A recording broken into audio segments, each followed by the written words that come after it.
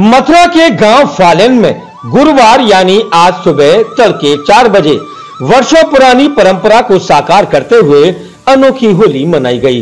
बाबूलाल पंडा 30 foot ऊंची धधकती आग की लपटों के बीच से निकला।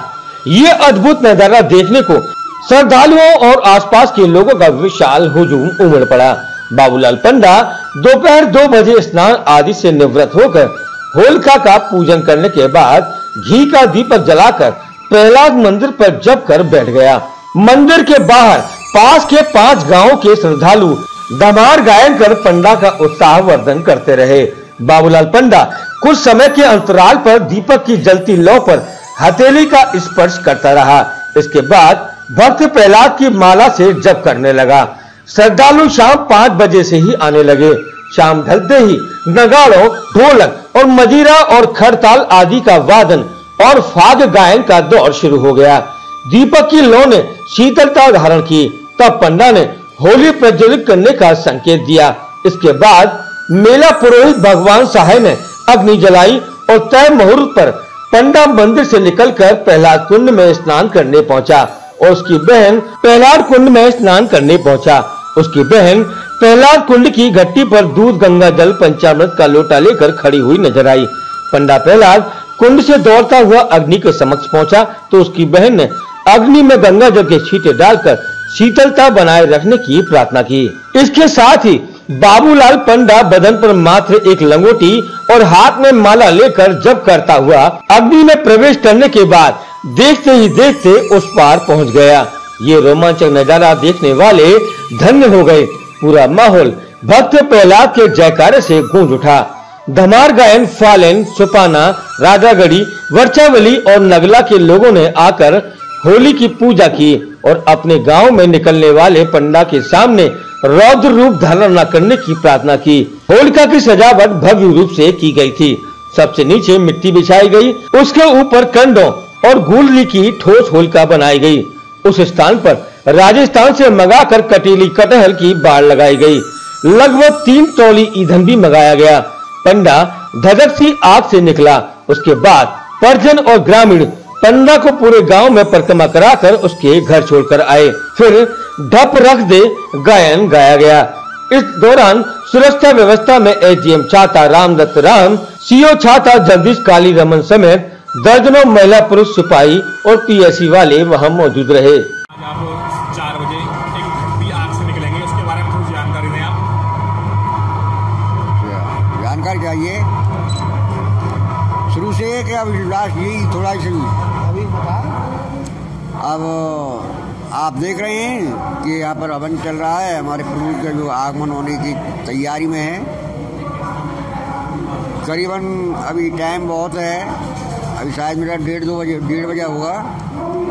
तो यहाँ पर जो पंडित लोग उनके द्वारा 4 बजे का जो टाइम दिया गया है, उसके उपरांत तो ये प्रभु का पता है कि 4:15 भी हो सकते हैं इस लीला के लिए। 4:15-20 भी हो सकती है, 25 भी हो सकती है, 4:30 भी बज सकते हैं। कोई टाइम की निश्चित नहीं है कि आप लोगों के लिए जो टाइम दिया है 4 बजे का इसलिए दिया गया है कि आप अपना जो है स्थान ग्रहण कर सकें। तो अभी अब हमारे यहाँ जो जपन तप चल रहा है, ये धीरे धीरे चलता रहा है। करीबन 24 घंटे से हो रहा है इसको चलते चलते। तो अब इसमें यही देखना है कि प्रभु का आगमन कितने टाइम में होगा, कैसे होगा, ये सारी व्यवस्था अब यहाँ चलेगी। हमारे बुजुर्ग लोग जो है यहाँ पर बैठे हुए आए हुए, पंडित लोग भी आए हुए, टाइम के अनुसार वो देखेंगे। तो 4 बजे के बाद प्रभु यहाँ पर आगमन होगा। किस तरह की तैयारियां आप करते हैं आज निकलने के लिए? अब आप देख रहे हैं तैयारियां चली रही हैं। ये 1 महीना से तो चल ही रहा है। हमारा जो व्रत चल रहा है, फलाहार चल रहा है, करीबन ये पूर्णमासी से हमारा चल रहा है। तो आज जो है लास्ट में दिन है। प्रभु की इच्छा के अनुसार आज जो है होलिका दहन हुआ। उसमें प्रभु का निकलते समय कोई भय या कोई कुछ नहीं, ना कोई डर है ना कोई भय है। ऐसे समझो जैसे प्रभु स्वतः ही अपनी जो लीला दिखा रहे हैं। आपको कैसा महसूस हो रहा है जब निकलने के लिए आता है? हमको पता ही नहीं पड़ता है क्या है क्या नहीं है। ये तो प्रभु का लीला प्रदर्शन है, प्रभु की लीला ही होगी। हम यहाँ से चलते हैं तो लोग आग देखेंगे एक चौपाई में कहा रही भावना जैसी तादी थी प्रमुख तैसी। तो जिसी प्रकार से बहुत से कोई किसी रूप में देखेंगे, बहुत से कोई किसी रूप में देखेंगे।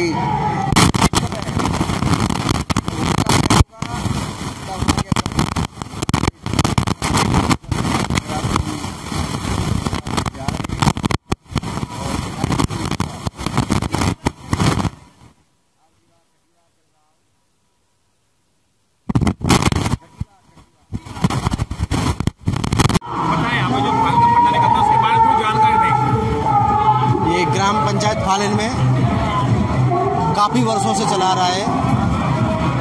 भक्त प्रहलाद जी की भूमिका को विधिवत अच्छे तरीके से निभाया जाता है।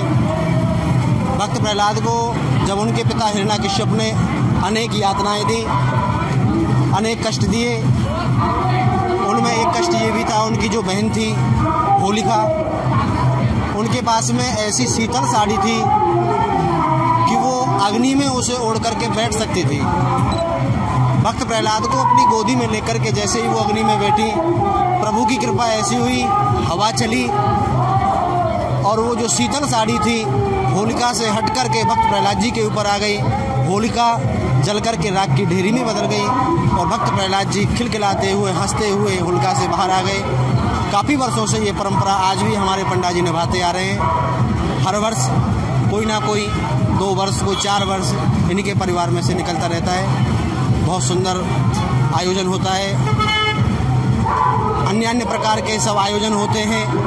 काफ़ी संख्या में भीड़ भी होती है और बड़ा दिव्य आनंद मनाया जाता है। क्या क्या व्यवस्थाएं यहाँ रहती हैं? गांव के लोग किस तरह की व्यवस्थाएं करते हैं, उसके विषय में बताइए। व्यवस्थाएं गांव के लोग तो काफ़ी दिन पहले से तैयारियों में लग जाते हैं। नित्य प्रति होलियों का आयोजन होता है, धमाल गायन होता है और अनेक प्रकार के कार्यक्रम किए जाते हैं। सुंदर तरीके से, विधिवत तरीके से पूर्ण तैयारी की जाती है। और आज का जो आप देख रहे हैं ये आपके सामने है और आज 4 बजे, 4:30 बजे के लगभग लगन आएगी पंडा जी की। उस समय मंदिर से निकल कर के कुंड में जाएंगे और कुंड में स्नान करेंगे। तब उनकी बहन आकर के कुंड से जल लेकर के, उस समय जो जल होता है वो दूध की धार माना जाता है। पंडा जी की जो बहन है वो अग्नि में दूध की धार देंगी। उसके बाद में पंडा जी अग्नि से जल से स्नान करने के बाद में अग्नि से बाहर होकर के बाहर आएंगे। पंडा जी को ये आभास होता है कि भक्त प्रहलाद को पकड़ने के लिए एकदम जैसे दौड़ते हैं तो माला उनके हाथ में होती है, नंगे वस्त्र, कोई वस्त्र नहीं होता है, केवल लंगोटी तन पर होती है, नंगे पैर, नंगे बदन।